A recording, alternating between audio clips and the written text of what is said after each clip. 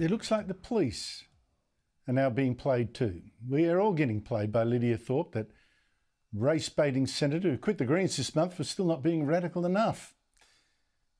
And it's clear we're being played when you see what she did at the gay and lesbian Mardi Gras on Saturday, especially to the police afterwards. I'll show you in a second. And for me, the question is, why wasn't she charged?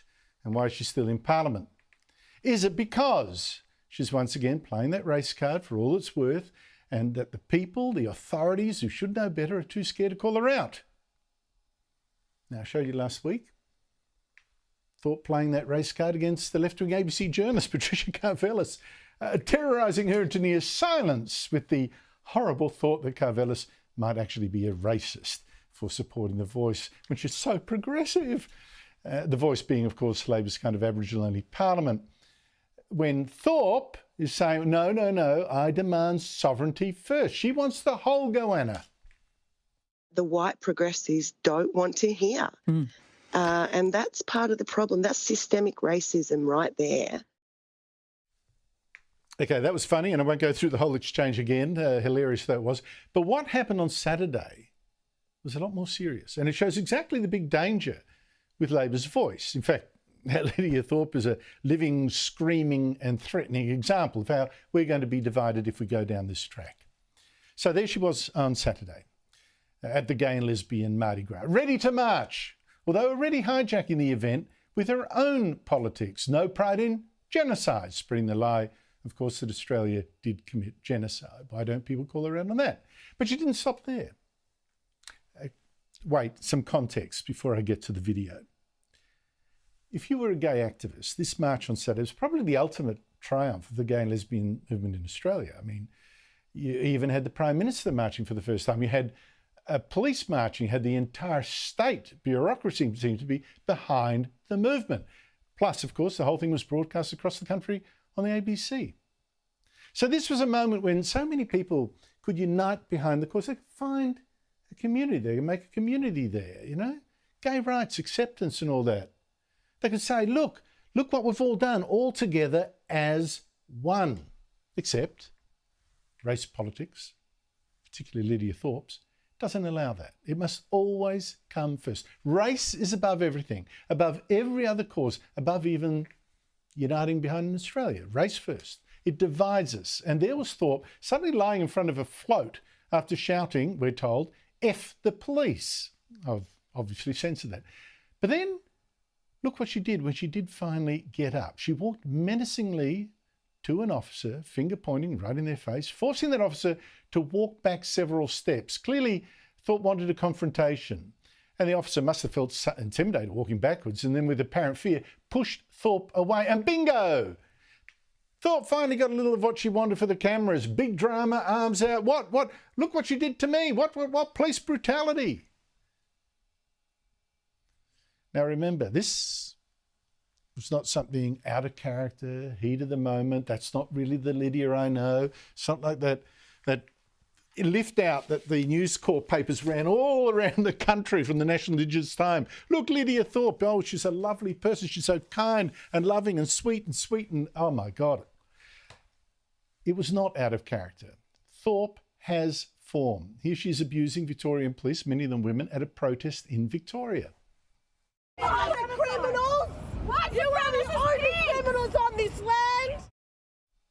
So, looking at what she did on Saturday, it's already a disgrace for any senator or member of parliament, lawmakers of this country, to abuse and threaten the people we pay to uphold those laws that they help pass. Now, if it was a white politician doing what you just saw, a right-winger abusing police, well, and I would be the first to say, throw the book at them. But my question is, why wasn't Thorpe charged? Now, look at that footage again. The police officer clearly feeling threatened and then having to push Thorpe away, retreating and then pushing her away. And let me read you the law. Now, in New South Wales, any person who assaults, stalks, harasses or intimidates a police officer is guilty of a criminal offence. Maximum sentence, 5 years jail. What you saw there looked like intimidation to me. So why did police today confirm, no, we're not going to charge Lidia Thorpe? Is it the race card? If Thorpe wasn't a far-left black extremist, ignore the fact that her father is actually white, if Thorpe wasn't a far-left black extremist, but instead a far-right white one, I suspect she would have been charged. And deciding not to charge her actually was a very important decision by New South Wales Police, because if they had, Thorpe could have been booted out of Parliament, certainly if she'd been found guilty. Again, let me read you the relevant law.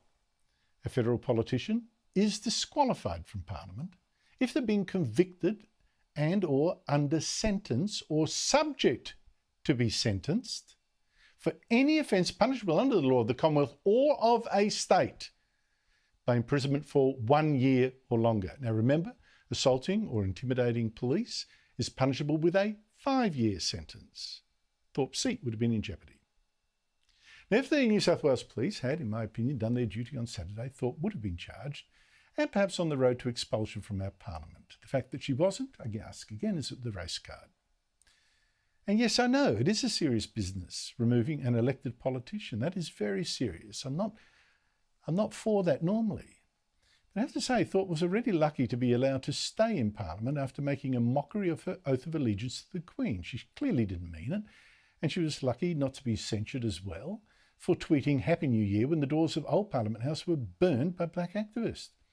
She was lucky not to be censured for not telling Parliament that she was going out with the former leader of an outlaw biker gang while on a joint parliamentary law enforcement committee that was considering things like police operations against bikie gangs.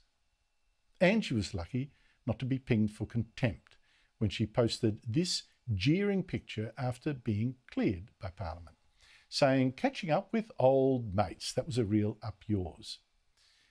So what's it going to take to make politicians and police take Thorpe seriously?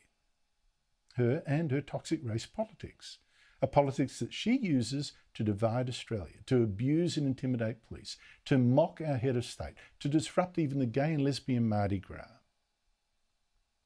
And she, like The Voice, is a symbol of the race politics that puts race above every other characteristic that we have and every other loyalty that could in fact bind us. And she, of course, uses it to, it seems to me, set us at war with each other. This is a war! Again, a senator calling for war, a civil war, a race war in this country, in our streets, and she's still in Parliament. I say to other politicians there and the police and all the other authorities, you've got to take her seriously. Take her seriously. Why wasn't she charged for what she did to police on Saturday? Was it the race card? Really?